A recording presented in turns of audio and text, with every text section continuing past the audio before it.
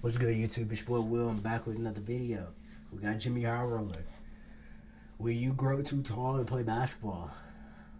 I mean, I never had that issue, but I mean, I'm like 5'6" myself, so I don't have the issue. Shit, I wish I was too tall to fucking play basketball, but hey, it didn't work like that for me. But anyways, let's get into the video. This is Robert Wadlow, and he was the tallest man in recorded history, standing at a whopping 8 feet 11 inches tall. I couldn't imagine being 8 feet 11 inches tall though. Like 8 feet, bro. You can't even get in a fucking car for real. Like shit. Man so large, he looked like two people stacked on top of each other in a trench coat. But even then, you'd still have to give them a pair of stilts to stack up to Robert. When he entered middle school, he was already a 7-footer. And by the time he graduated high school, the kid was a staggering 8 feet 4 inches tall. And just as odd as his unbelievable height was the fact that he just wouldn't stop growing, even well into or fucking like shoes. But I bet girls love Robert's height and daily life is incredibly fascinating in and of itself. But being a basketball fan, the only thing that I can think about when I see film of this gentle giant peering out 3 feet over a sea of people flocking to see him, this man would have been one hell of a ball player. Standing just 1 foot shorter than the rim itself. Give the kid a pair of sneakers, plant him underneath the rim, and watch as the defense stands by, helplessly witnessing the dominance of a man too big to do absolutely anything about. If Robert played basketball, and if you could just get him within reaching distance of the hoop, I fail to see any way that you could prevent him from just dropping the ball in the hoop every single time. Which begs the question, why don't teams do this? Why are teams around the NBA not scouting the tallest people on the planet, slapping a uniform? The bad thing about that though, like it's like usually all them tall players like that, they can't like stay healthy. It's like they're too tall, and they fucking 7 feet like 7 or some shit, and their bones is like fragile as hell. So I don't really know how that works. So I guess with being so tall, it's like, and they don't be on the right diet plans. Most of them be like super skinny and shit. So it's like I don't know how that even works really. Form on them and planting them under the hoop for the easiest buckets you've ever seen in your life. Yeah, well, because teams have tried this. I would think actually, they've tried it a lot, and it turns out you can actually be too tall to play basketball. Damn. That's actually crazy. I couldn't imagine. Today's video is sponsored by SeatGeek. With the NBA season just a couple weeks away, check out SeatGeek to get your tickets for NBA Tip-Off, the #1 rated ticketing app with over 28 million downloads. On SeatGeek, there are years now where I can browse once downloading this and have 10% has no actual limits. Well, the NBA. Can you be too tall to play basketball? Well, the NBA, as well as every other league around the world, has no actual limit to how tall a player can be. The tallest player in NBA history is a record tied between Manute Bol and George Muresan, both 7'7" giants and taller than any player currently in the league. But they weren't nearly the tallest people on Earth. In fact, they weren't even the tallest basketball players in history. There's 7'8" Yasutaka Okayama, drafted into the NBA in 1981 but never played a game in the league. 7'9" Sun Ming, 7'9" Olivier Roux, 7'11" Abidun Adegoke. There are taller people and taller players out there. So in a sport where size grants the ultimate advantage, why does there seem to be a limit to how tall players can be in the NBA? If taller players exist, why are they of no use to the best league in the world? To answer this question, we first need to understand just how big a human being can get, and the tipping point where too much size does more harm than good. At the moment, the tallest player in the NBA is Victor Wembanyama, who was officially measured at 7'3" coming into the NBA a couple years ago, but was recently changed to an official height of 7'4". But even his new listed height seems to be an underestimation. In every photo, compared to other players from around the league and their listed heights, fans have speculated that Wemby is clearly taller than they are listing him. For example, here is 6'11" Tim Duncan. Here's 60-year-old 7'1" David Robinson. Might be a little bit of shrinkage going on there, but still a 7-footer. Here's 6'6" Stephon Castle, and here's Victor Wembanyama. I mean, here's Victor Wembanyama. He might be like 7'7", for real. He might be 7'7". Crunching some numbers, it's estimated that Wemby is closer to 7'6" or even 7'7". Yeah, and he might be according to the 7'7". Spurs team staff, he's still growing. Now, if Wemby is truly 7 feet 6 inches tall, that would make him the 34th tallest human being on the planet. So, where are the other 33 guys that are taller than him, and why are they not in the NBA? Well, because they are simply too tall. 8'3", 8'1", 8'1", 7'11", 8'1", 7'11". All of these men have a few things in common. They're all incredibly tall, obviously. None of them play sports, and they... Like, you can never be normal. They gonna always be looking at you and be like, oh, do you play basketball? Do you play basketball? I bet that would get annoying as hell. Like, no, I don't fucking play basketball. Shit. All suffer from genetic disorders that made them as tall as they are. No human has ever naturally grown to this size. Instead, the supersized stature of these individuals is due to a rare disorder called gigantism, a condition where the body produces excessive growth hormone, leading to abnormal and excessive height. But the result of this condition is not just extreme size, but a laundry list of medical issues that almost always accompany it. Spinal pain, joint pain, sleep apnea, carpal tunnel, cardiovascular and respiratory issues, insulin resistance, and even neurological conditions. In the cases of these rare individuals, they become so big that their body has trouble even functioning and completing normal everyday tasks, let alone pursuing a career in athletics. Although there is one exception. Sort of. 8'1" Iranian volleyball player Martiza Merzad, who has had a decorated career on the world stage and is currently the tallest athlete on the planet, which would make him the exception to the rule if he didn't compete sitting down. The results of an accident that he had when he was a teenager that stopped the growth of one of his legs while the other leg kept growing, a disability that indirectly stemmed from his incessant growth. There aren't many people around the world who are tall enough to be an actual cheat code in sports. And in the extremely rare cases that they are, sports are simply out of the question. Although there isn't a limit to how tall you can be to play basketball, there does seem to be a theoretical limit to how tall a person can be before they have a hard time just functioning. And this limit seems to be about 7'8". Beyond this, there are just a handful of human beings on record to live relatively normal lives without dealing with severe debilitations as a result of their immense size. The human body just isn't meant to be bigger than this. In fact, every single instance of a person growing taller than 7'9" was a result of a genetic disorder. The tallest man in recorded history whose height didn't stem from any pathological condition or excessive growth hormone production is actually, believe it or not, playing basketball right now. Standing at 7 feet 9 inches tall, 19-year-old Olivier Roux is pushing the boundaries of not just how tall a basketball player can be, but how tall a human being can get while still maintaining their mobility, dexterity, and health. Even crazier, the kid is still growing and still pursuing a career in the NBA. But he would be the first person to cross this hypothetical size limit and make it to the league. Because as much as height plays possibly the biggest role in the game of basketball, too much of it can end up being a curse. Back in 2007, in a game that was openly advertised as a publicity stunt, the Maryland Nighthawks of the ABA had the bright idea to start the game with a 5-man lineup that had an average height of 7'3". How did they possibly manage to do this? By starting the second tallest basketball player ever at 7'9" as their center, the tallest NBA player ever at 7'7" as their power forward, 2 7-footers as their small forward and shooting guard, and running a 6'8" point guard. 432 inches of basketball gimmick. And it took all of this to narrowly win the game thanks to a half-court buzzer beater. Damn. Yes, everything you just heard actually happened.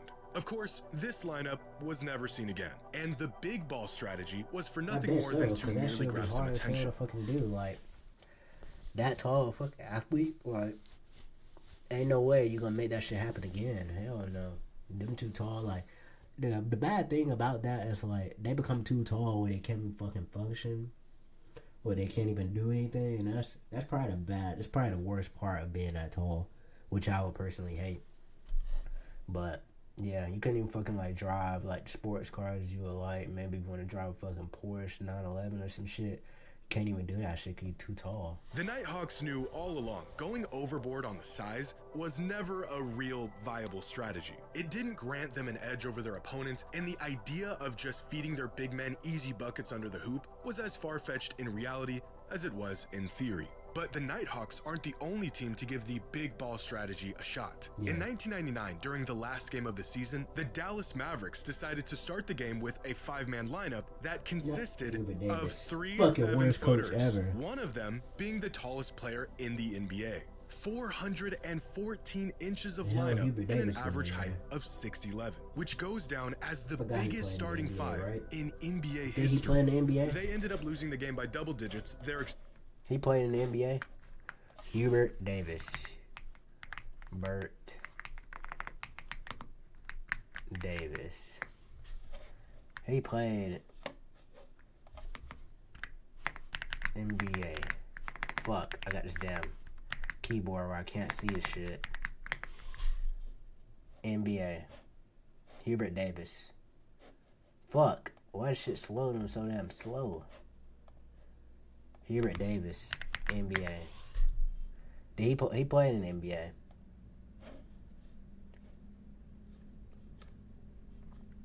I assume. Yeah, he played in the NBA. So he played for the Knicks. And he played for a couple of teams. He played for the Knicks, Raptors, Dallas Mavericks, Wizards, Pistons, Nets. He pretty much passed around for real. But Hubert Davis, I didn't know he played in the NBA. And this lineup was never seen again. In 2020, the Denver Nuggets tried a big ball lineup of their own in a scrimmage against the Washington Wizards. A starting 5 that had an average height of nearly 6'11", with a 7-footer running the point and a 7'3" giant at small forward. Why exactly did they do this, you might ask? Well, we're not really sure. It made no sense, and was nothing more than a gimmick for a meaningless game. Ironically, the Nuggets somehow lost the tip-off, and their experiment lasted only 6 minutes. The result of which was a measly 10 points, big guys living out their lifelong dream of playing on the perimeter, and a tied game against a Wizards team, missing 3 of their best players. This lineup wasn't much of a success, and was never seen again. Because turns out, having a team exclusively full of giants is not as great of an idea as it sounds. With how big some NBA players are, it is a miracle that they can shuffle their feet, react quickly, and maneuver around the court with the best athletes in the world at all, even if they may struggle in the process. It gets to a point where excess height tends to introduce bigger trade-offs than benefits. More mass to move, longer levers to control, smaller margins for balance and touch. The rare talents who defy that don't just add inches, they carry those inches. Studies have shown that the negative effects of excess height, joint degeneration, spinal issues, cardiovascular strain, can begin to take effect in individuals just 6'8" or taller. Every inch above that, and the drawbacks become more and more pronounced. By 7'3", health issues aren't just expected, they are virtually inevitable. There has been only 28 players who were 7'3" or taller in NBA history. 28 out of over 5,000 players who have ever touched an NBA court. Out of these 28, 11 of them didn't even play a full season worth of games. Players that were short-term projects that just didn't pan out. And out of the 17 that did, 8 of them were forced to retire due to injury or a combination of multiple injuries, which leaves 9.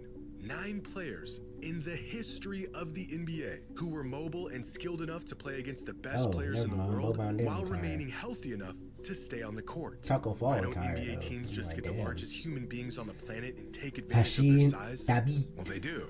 It's just extremely, incredibly rare to find an individual who meets the requirements. In other words, players like Manute Bol, George Mirasan, Yao Ming, Victor Wembanyama are not just pushing the limits of how tall you can be to play basketball. They are at the boundary of how tall a person can be without medical intervention. The fact that these guys were able to move around without pain and live normal lives at all is astonishing. Add in a strict physical regimen, getting up and down a basketball court for an entire career, and keeping up with some of the best athletes in the world. And these guys are physical anomalies who have defied biomechanical expectations. How tall can a basketball player possibly be? Well, look around courts all over the world, and you'll get your answer. Online, there is a list of the tallest people in the world. Now, this list doesn't include every single extremely tall person, but it does include everyone over 7'3" that has been officially measured and verified. And among all of these individuals, 87 of them are alive today. 87 human beings across the entire planet who are officially at least 7 feet 3 inches tall. Of these 87 people, 49 of them have played or are currently playing professional basketball.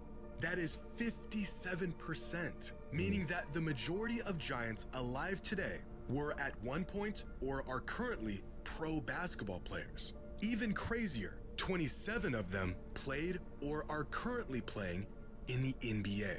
But here's where it gets really interesting. Of these 49 pro basketball players, none of them were taller than 7'9", and 45 of them, the vast majority, were 7 feet 7 inches or shorter. Again, this seems to be the absolute limit of how tall a basketball player can truly be. Because if we reduce this list to the people who are between 7'3" and 7'7", then 71% of them have played professional basketball at some point in their life.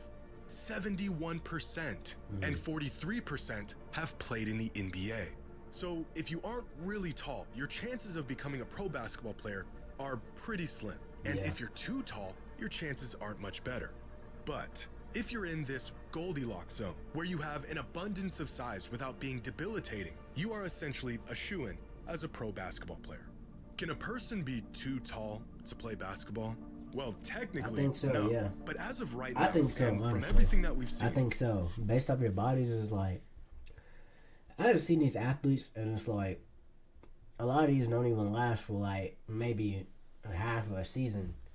It's because they too tall, and their body just can't like handle the running and all the physical bumping and all that stuff.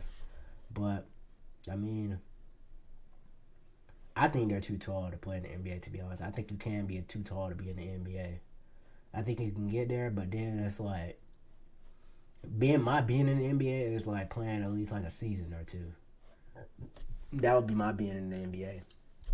But I mean, technically just getting to the NBA, no. But I think being in the NBA and possibly like staying for a season or two, yeah, I think so. I think so, really. There appears to be a practical limit at about 7 feet 8 inches tall. So, yeah, in theory, you could just plant a mega giant near the rim, feed him the ball, and give your team the most unstoppable advantage the sport has to offer. You just have to go out and find a mega giant good enough to compete and healthy enough to not completely fall apart on the court. Good luck with that. Yeah. It's tough out here being that, like, it's tough, like, I'm sitting out here like I'm one of them too, but it's probably hard being like that tall, bro. And you don't even know if you can play or not, or if you're too tall to play. It's like, I don't know, bro. It'll be just like I know they want to play, but their bodies just can't handle it, and they can't even control it because they weren't even like, they didn't ask to be like that. It's just, damn, I guess you can be too tall to play in the NBA, for real. I didn't even know that. But if you are new, make sure you like and subscribe. We out. Peace.